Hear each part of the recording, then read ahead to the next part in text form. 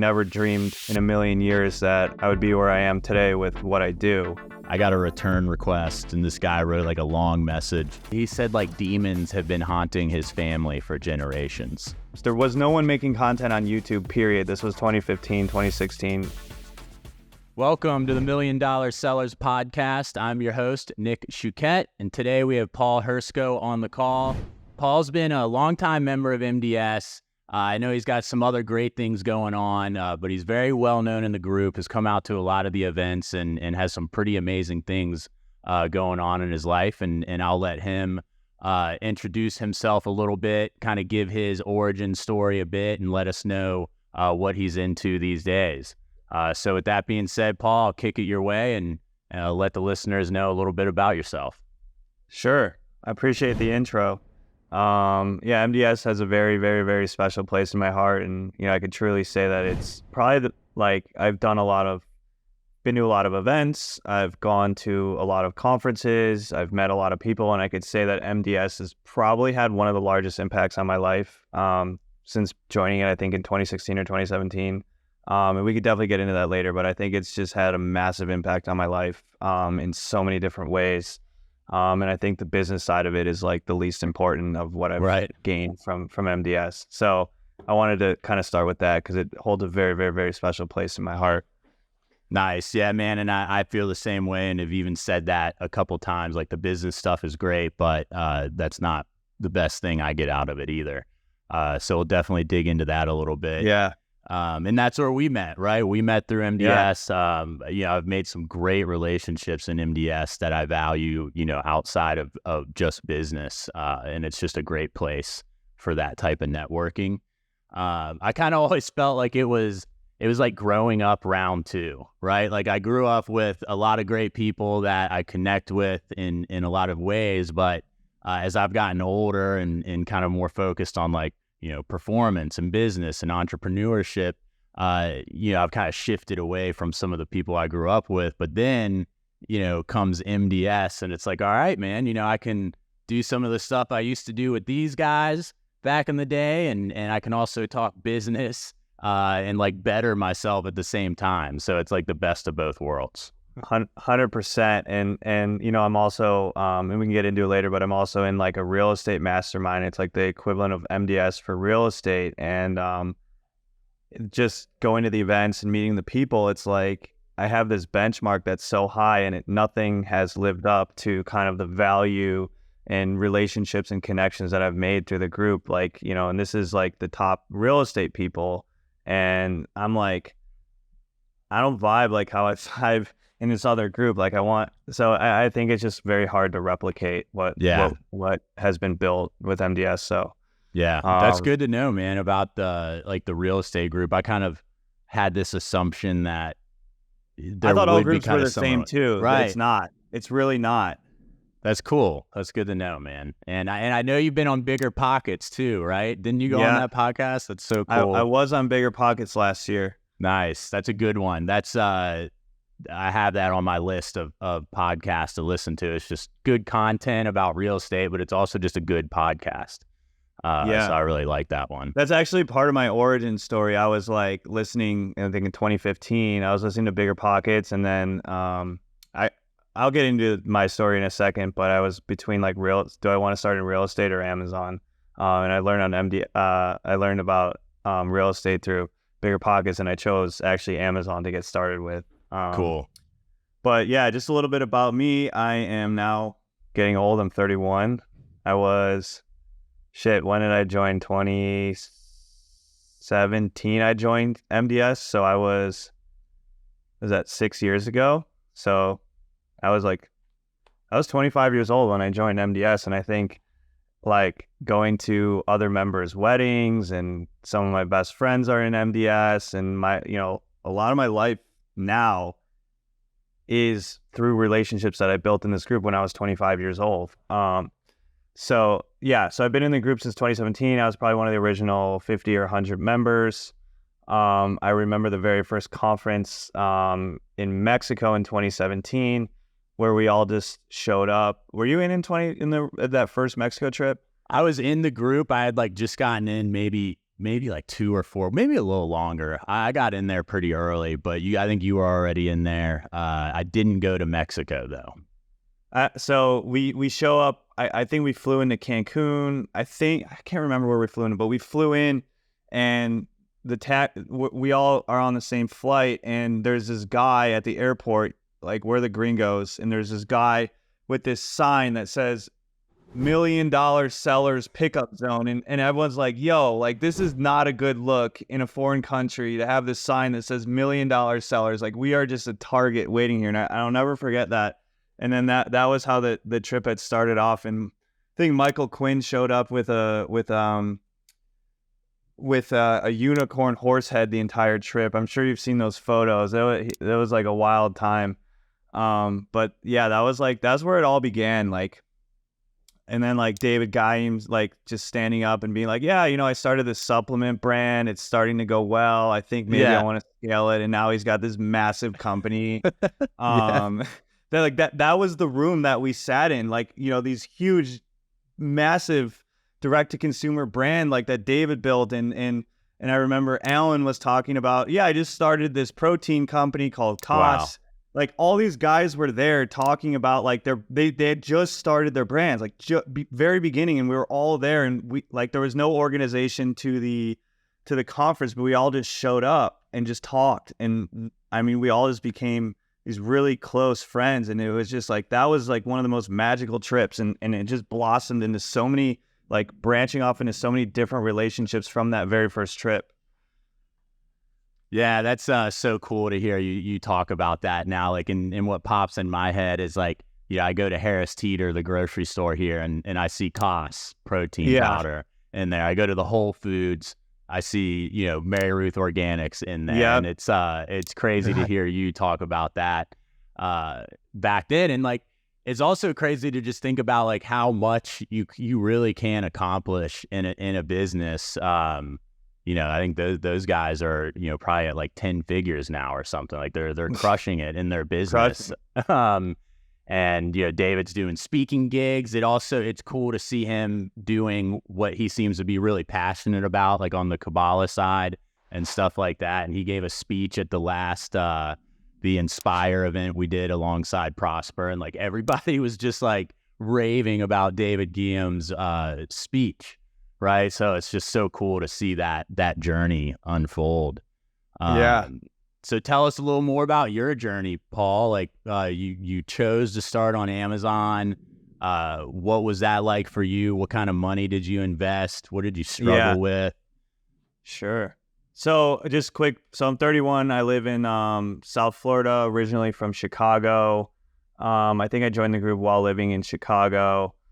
And yeah, so that's a little bit about me. So rewind to 2015, golden era of Amazon. I think late 2015. So I graduated college 2014. Had my first job doing sales. No training program or anything. It was like they handed me do you know what like a Dun and Bradstreet book is? Like that gray book that lists like all the types of businesses and like you like. Now that all that stuff's online, even in 2014, it was like this old school company moved out for the job, hand me this book, and they're like, go find us business. And then I actually found them business, but I got fired within my first 3 months of that job.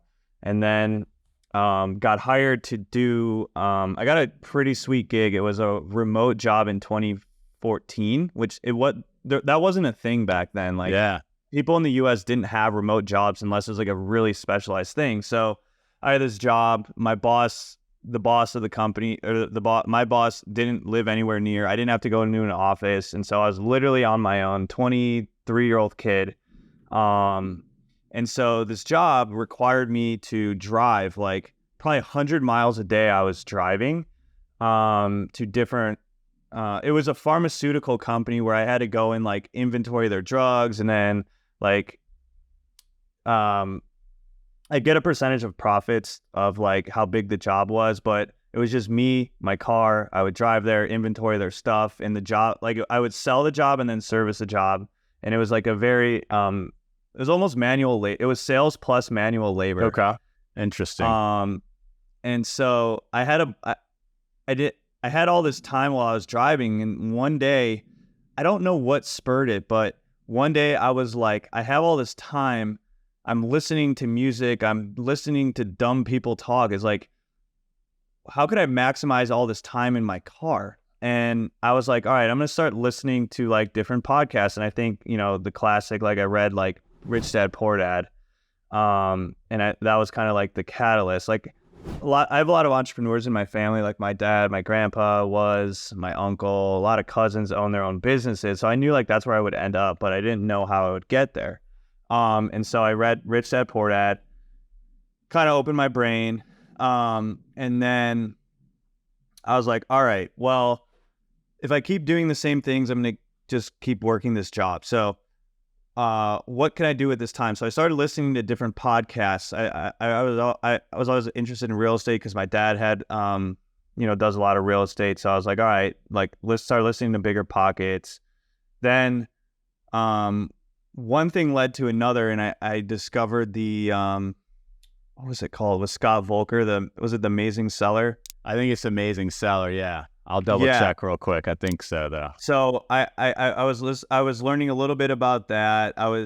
There wasn't any, like, dude, Jungle Scout didn't even exist in 2015. There was no software. There was no Helium 10. People didn't even know, like, you had to guess on a BSR. So I was like listening to Bigger Pockets. I was like, all right, real estate is really cool. And I went to my dad. I was like, hey, I'm thinking about like, learning about doing a side hustle. Do you think I should do like real estate or this e-commerce thing? He's like, well, why don't you just do the e-commerce? Cause you need money to do real estate. And, so why don't you just look at that? And I was like, and then he's like, you could do real estate later when you make money from it. I was like, okay, that's fair. So started listening to the Amazing Seller. And I literally, cause I had this job where I was in the car all the time. I would listen to the podcast, walk into a client, and a job would take maybe 2, 4, 6 hours. I'm in the back and throw my headphones in, wired headphones, my white wired headphones, and do my job while I was like, all right, I don't really care about the customers. I was addicted to the Amazing Seller podcast. And then I don't know if he was in there, but do you know like Travis Ross? He's pretty well known in the industry. Yeah, I do know. I know who you're talking about. He's an awesome dude, and if he's listening to this, I haven't talked to him in many years, but I need to reconnect with him. So I'm listening to The Amazing Seller. I was like really into it. Well, actually, that's a little bit further. So start listening to the podcast, and I'm super into it. And I was like, all right, I need to find a product. And so, for whatever reason at the time, my uncle had these two. He had like I don't know how old they were at the time. Maybe like 4 and a 6-year-old, a 2 and a 4-year-old, or 3 and a 6-year-old. So I started looking at like baby products. And I'm like this 24-year-old kid. Like I don't know anything about babies or kids. Which led me to see this guy on Amazon who was selling. It was literally like it was like a shoelace with like a piece on the end to lock cabinets, to keep kids out of cabinets. This was 2015. And I was like, I looked at it and I was like, I think I found my product. Like, this is a dumb product. I could definitely make a better product. So I was like, all right, this is the product, but I'm going to make it better. So instead of like going to an engineer or like an inventor or whatever, I was like, I'm going to make my own product and do it better. So I go on Alibaba. Again, I'm still got my full-time job. I go on Alibaba and I saw that they had like, it was like a shoestring with this attachment piece on the end. And for whatever reason, I reached out to this company and they make like end pieces to like your jacket, like the stretchy pieces on your jacket. And I was like, can you just, I emailed them or messaged them on Alibaba chat. I was like, can you send me every single accessory piece and nylon in your catalog? So they send it over to my house, and I literally assembled the product myself. No engineer, no nothing. And I put the pieces. I found there's like this locking mechanism piece that people use on jackets that work for a cabinet lock that like won't make it that'll tighten it, but you can also loosen it where a kid can't open it. So I put it together and I was like, holy cow, this works. And I sent it to my uncle to have his kids like play with it, and it worked. So I was like, all right, this is it. So I throw like a logo together. I think I got someone on Fiverr, or I think maybe it was someone from my high school to make a logo. Literally did everything on my own, and then put the product up, and the thing just took off. I was selling like, I mean, it's a relative term now to the size of business now, but at the time it was like, all right, holy cow, like I could sell a couple $100. I think like the first day I sold like $200 worth of this, little thing for $12 or $15. And so I was like, all right, this is awesome. And I got addicted to like just checking the seller app while I was working at my job. And so I think after 30 days of it being live on Amazon, I wasn't making any, like I couldn't live off the money the revenue was doing, like the first month was maybe a couple $1,000s, but I was like, all right, I think I have something here. And so I talked to my parents about it. I was like, hey, I'm going to quit my job and do this. My mom was like, don't do that. And my dad was like, go for it. The worst case is you'll call them up and get your job back. And that was like the only time where I told my mom, like looking back, I was like, you gave me really bad advice. And I was mad at her for a while. But so long story short, in between that, so I launched this product. Sorry, I missed the part. I launched this product, and I learned about the Rocky Mountain Reseller Conference. I think they only hosted it maybe 2 years or 3 years. I found out about it in a Facebook group. So I didn't even take off of work. I just flew out to Denver, Colorado. I had no money. I stayed at a family friend's house, went to the conference, met like all the players, like Andy Slamans was there. Jeff Cohn and like all the original guys were there, and I was showing them my product, and everyone was like, oh, this is great. Like this is a good product. This was like 30 days into me launching the product. So I make all these connections at the conference.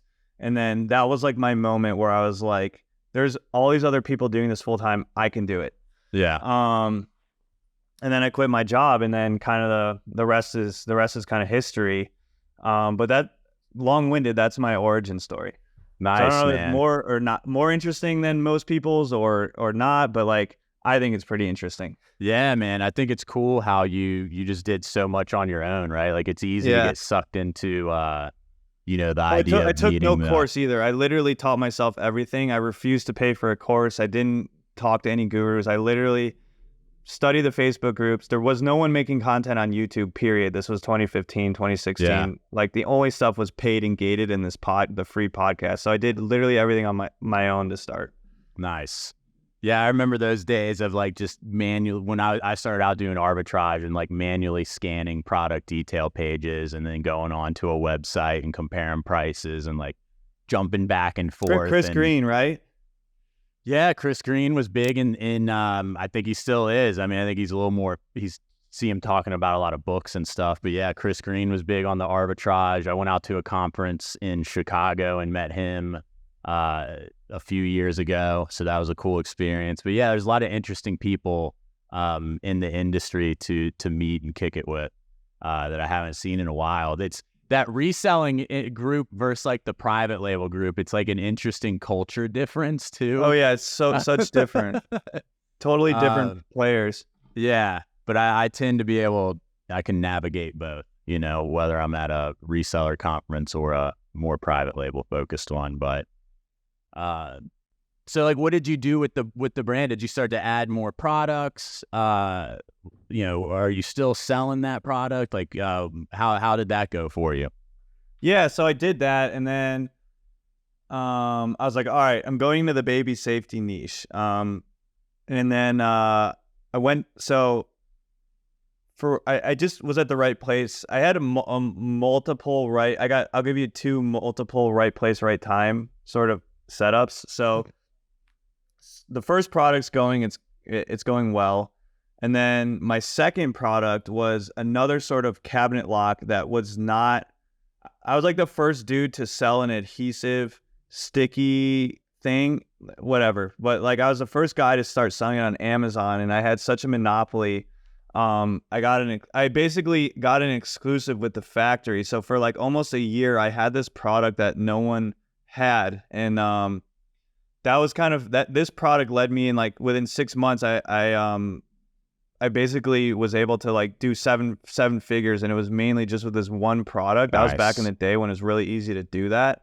So I signed like an exclusive with this factory, had this product no one else had, and then like for a year I had like this really high price point because no one else had what I had, and then started getting knocked off. I didn't have any IP, but that's how I like quickly was able to like, you know, I've pivoted a lot since then, obviously, but that was like my first huge home run. Was my second product. The first product was cool. The second product was like an old school home run product. And that I rode that out for like a good year. And that was kind of like how I got started. And within that year, end of 2016, this is a really good story too. I'm sitting at one of my best friend's brothers, like a big time hobbyist. Like he like forges knives and like does stuff like that. And we're at a dinner table, and he's just sitting there like spinning this thing in his hand. This was November of 2016, and I'm like, what is that thing? And he was like, it's called a pepiaka. I was like, you can look that up, pepiaka. I was like, what the hell's a pepiaka? He's like, it's a Russian hand toy or something like that. Okay. And you'll see exactly what that product is. It's now what is considered a fidget spinner. Wow. Okay. So he had a fidget spinner when absolutely nobody had a fidget spinner ever. So I was like, wow, that thing's really cool. And that night, for whatever reason, I was like, I wonder if these things sell on Amazon. And there was like 2 dudes shipping them from their house. And the BSR was like super low. No one was selling a fidget spinner on Prime. Wow. Okay. So I, that night, stayed up all night on Alibaba, and I saw that there were some people selling it. And I think that, I don't know how many orders I ordered that night, but I went all in on fidget spinners that night. There was 0 people selling fidget spinners on Amazon Prime. There was 2 people selling it, like shipping from home. So that night, stay up all night. I ordered a bunch of different types of fidget spinners, and shipped them in. I was selling them for $30 a fidget spinner. And the first day I sold like 100 of them. Just boom. First day it was up, no reviews. And I was like, oh my God. And so I just kept ordering them. And then I was the first person to sell them on like Amazon Germany, like 100 a day, Amazon UK, 100 a day. So that was insane for like a couple months. And then that was back, a little bit of a thunderstorm going on right now. Yeah, man. So that was back when Amazon wasn't really policing the platform. So like for a couple months, it was like the most exciting time ever. And then the Chinese came in and just like destroyed everything. And like they remember like when they could attach like 100, they would attach like 100 variations to my listing, take it down, flag it. And, you know, within 2 months, like after about 60 to 90 days, I gave up. I was like, I can't do this. I don't know how to do this. But I can probably say I was one of the very first people to sell a fidget spinner before the whole trend took off. And then like 9 months later, it was the most popular thing in the world. Yeah, that's wild, man. That's cool. I didn't know you got into that early. Yeah, I was literally one of the first people to sell it on Amazon. So that's my big claim to fame. Nice, man. I think there's still like, I think those opportunities will kind of always be there, right? Like as consumers just kind of change, you know, their behavior and their shopping habits and stuff like that. I think the opportunities are always there, but I don't think there'll be anything like that phenomenon. Right. I don't know if you remember, like literally, it wasn't just an online product. Every single, it was like the Beanie Baby of its time for like a 6 to 12 month period. Yeah. Yeah, I agree, man. And it's like, I think they'll still be there, but it's harder to like capitalize on them. People are finding stuff faster these days versus back then. Yeah, there was no software. This was like a chance encounter of sitting at a dinner table and then like looking on Amazon. I didn't need any data to tell me like this thing is crazy good. Yeah. Yeah, and you know what I like about that though, Paul? Because I think about this often, and I think this applies. It does apply to anything. Is no tool or like software or anything is going to keep up with like humans, right? Like Intuition. it's always just a little bit behind. I think with AI, like we're getting closer, but I think what you mentioned is just a perfect example of that. Like if you can really get in touch with like other people's desires and wants, then you're really like, you're blazing the trail, so to say. And that's really where I try to like keep myself from like a marketing perspective, is think more about what people are doing and their habits and, what they're shopping for. Do you Yeah. think about stuff like that, or do you kind of just naturally operate that way? Yeah, Um, I'm more and I saw on the question list, like, what are you really good at? I think I have a really, really good intuition. mhm. And like kind of seeing, maybe not seeing the full future, but just kind of seeing where the ball needs to go. And I think that's how I've been able to be very successful in the business venture that I'm in now. So like back to, so anyways, I had those like random products and then kind of found my niche after a little while. I tried launching all these different, so I made some really good money in the first year. And then I basically blew like all that. I didn't really know how to operate a business, right? Like this was my first, like if I had come into Amazon with previous business experience, I think I would probably be very wealthy now. Yeah. Because the guys that were there in 2015, 2016 and knew how to run a business, like it was so easy back then, and they set themselves up for massive exits. Um, so I think basically after that first year and a half, it was so good, and I made so much money, and I took all that money and I like tried launching all these different brands, and I was in a million different places, but I didn't know how to run a business, and I didn't lose all the money, but I wasn't really making money for like a good 2 years because I was trying all these things. The revenues were high, but I kept failing and failing and failing. And it took a while to kind of get my business in a really strong place again. But that early success and not having real business experience kind of led to like a struggle for multiple years. Yeah. But So yeah, that's kind of like the background of how the Amazon business was and is. But now the business is really good. Kind of found our niche, and that it's more of a side venture for me now. Mhm. As I have a totally different business that I run day to day now. Nice, nice. Yeah. Well, why don't you let us know, a little bit about what you're doing these days? Sure. So now I run a really interesting business with a business partner. So I was running my Amazon business and then kind of crossed paths with this guy, my now business partner. He was a he was a friend of my brother-in-law. They had grown up together, and he was telling me about how he sells real estate, specifically land, but online. Um, I was like, wow, and this was in 2019. I was like, wow, that's really cool. Started learning about what he was doing, and then, I kind of saw what he was doing. I was like, I think there's a bigger opportunity, and convinced him to partner up, to form a new company. And I kind of put my Amazon thing to the side, focused on this. We both put capital into it.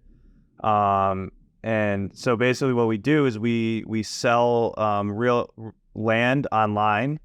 So it's kind of, my e-commerce experience plus real estate, which, I kind of that decision kind of came full circle of, do I go into real estate or e-commerce? And now I do both.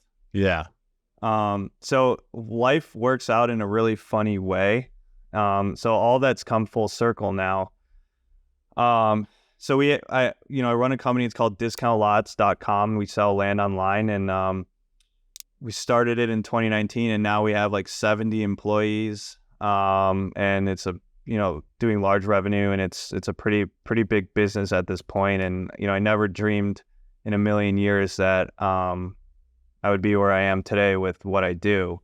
And so now I consider myself more of a real estate e-commerce. And my background basically helped me lead me to where I am today. All the different sort of struggles and caveats in Amazon is now like, okay, well, I don't have to answer to terms and service anymore. I can do whatever I want, and there's not going to be any consequences in real estate. So it's been I think I've been very successful because I spent 6 years playing in someone else's sandbox, and now I own my own sandbox, and it's kind of paid off. What are some of those lessons you took from your Amazon experience that you like immediately kind of applied to your real estate business? Yeah, that's a good question. Definitely like building a brand, being consumer friendly, like customer first, just kind of like that. Amazon, that's like the basis of everything on Amazon. So customer first, pushing hardcore for reviews. Like no one in real estate is thinking about reviews, and it's like very important. So it's like, like focusing on reviews, focusing on really strong branding and marketing, where other people are only focused on the real estate. And thinking about like how do I make this the very best customer experience possible, and I think most people didn't come at it from that angle. Okay.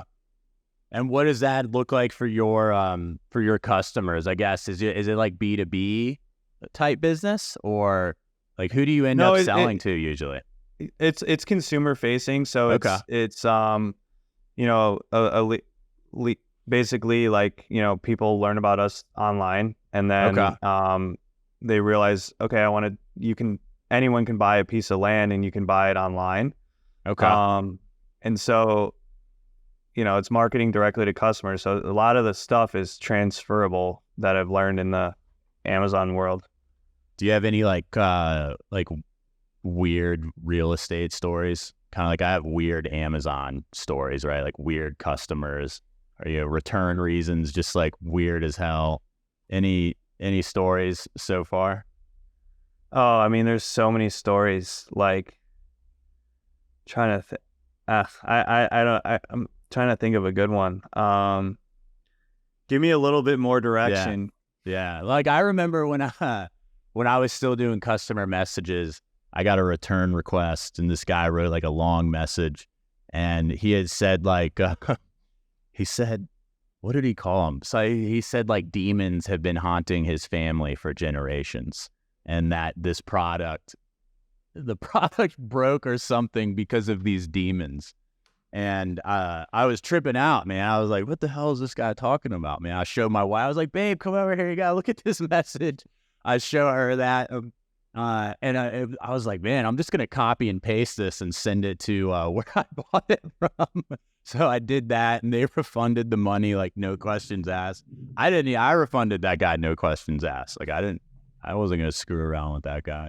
But yeah, just funny stories of what, why people want to, buyer's remorse, maybe, or what motivates these people to buy a piece of land. Like, that was something that popped in my head. I think, just in general, like just to get a taste of like, we have a wide variety of customers, but like, a lot of the people that come to us, they're like doomsday prepper people. Like they want to own land in the middle of nowhere for like, so I don't have like, I'm so far removed from that aspect of the business just because of the size that we are. But like, we have a lot of crazy customers. I don't know. I can't really pinpoint a really good story for you.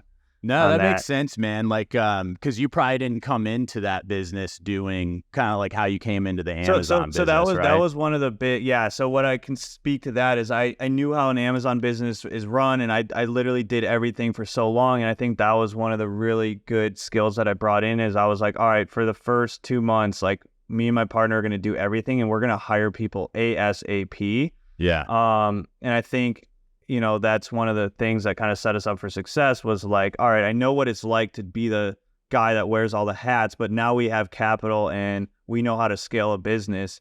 Let's hire all the people immediately. So like, I've never had to do customer service. I think I sold properties our first year for like a couple weeks when the business was taking off. And other than that, like, you know, those parts of the business I wanted to stay as far away from as possible. Yeah. Do you remember like the first couple of roles you hired for? What you were like, all right, we gotta get this off our plate. Like, what were those first few roles? Yeah. Like it was like, all right, me and my partner shouldn't be doing sales, and we shouldn't be doing like customer service, and we shouldn't be doing any of the like paperwork. There's a lot of like logistical things with like someone buys a property and you have to get the title to the property. There's a lot of like paperwork involved, and we're like, we shouldn't do any of that. And so it's just like get rid of that, and then like marketing, like we shouldn't try to do we should try to find the people that are the very best at marketing, like for ads and for building websites. Like I'm not going to go and build my own website. I'm not a Shopify developer, right? So it's like hire all those people immediately. Don't try to teach myself anything at all. And like we just like pimped out Upwork so hard on everything when we first started. We found all the best people, brought them in, built it up, and then it took off. Nice. Yeah, Upwork's such a great resource for finding people. What do you find yourself focusing on in the business? Like, what do you enjoy doing in the business, and where's your focus? So for me, I'm a deal guy. I like, even though we have like 70 employees, I'm still in the trenches. Like, we have an acquisitions manager and all that, but like I'm still looking at a lot of the deals.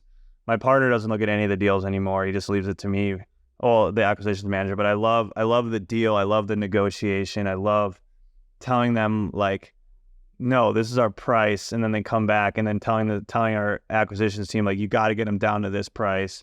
Yeah. And then like that's one of my favorite parts. But I'm really focused now on like our capital stack, which is like, okay.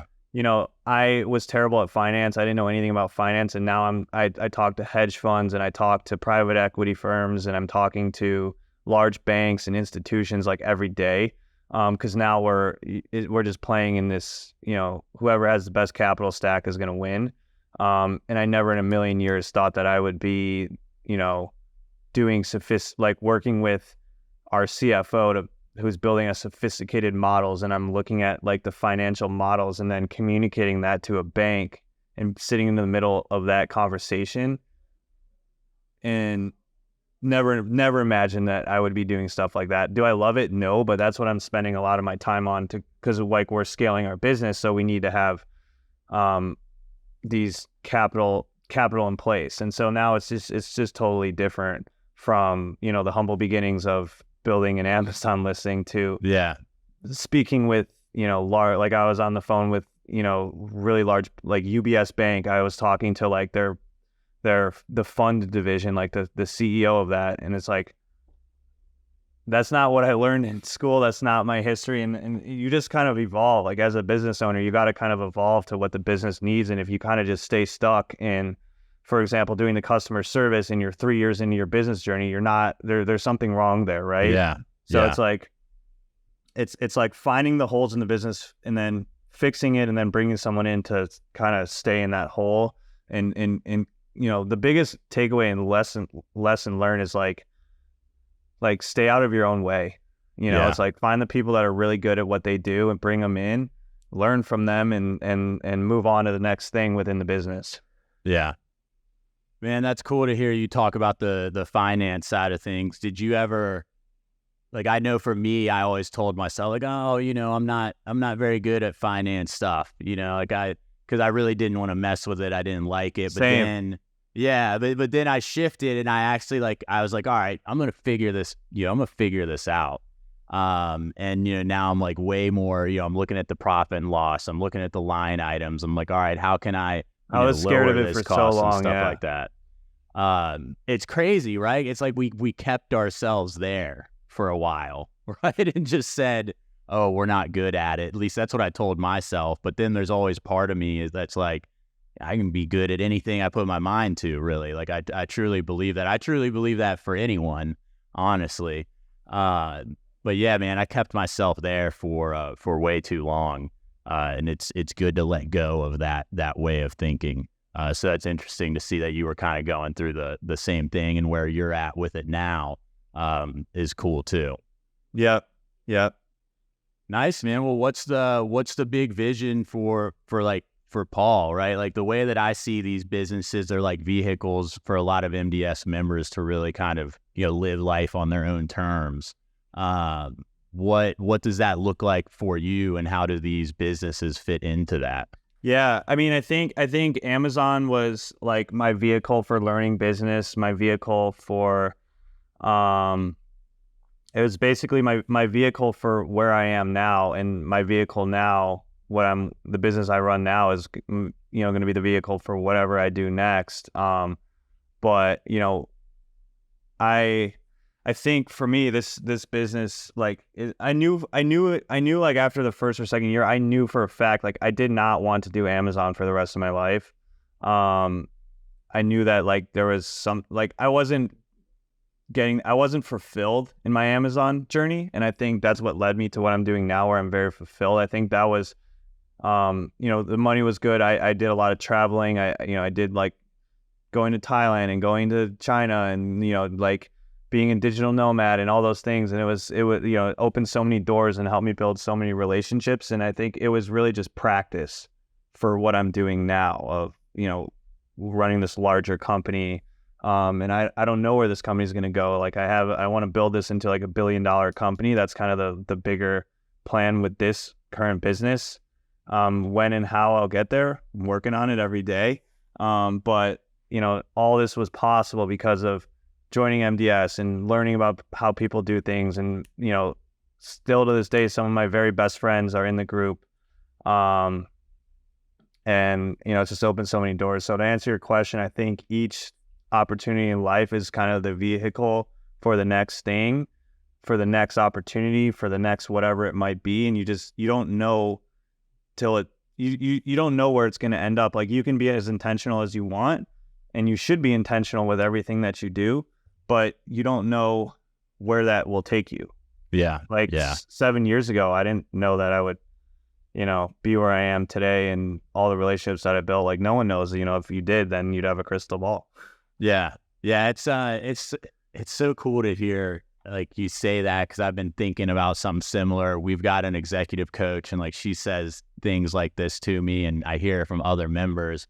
And I think it's tough for a lot of people that aren't going through it to understand. Yeah. That things, it's not so black and white when you talk about, like, planning and what you're doing now. And the example that my coach always gives is like a flight plan and a pilot.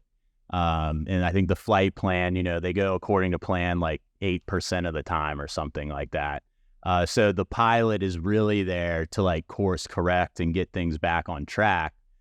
So they're planning, but they know it's not going to play out that way, but they've got someone there to navigate that, the pilot, the captain, so to say. And that just really stuck with me, because it brought clarity to, like, the idea of planning, but also being ready for what pops up, versus thinking like, oh, I have to plan, and ignoring what pops up.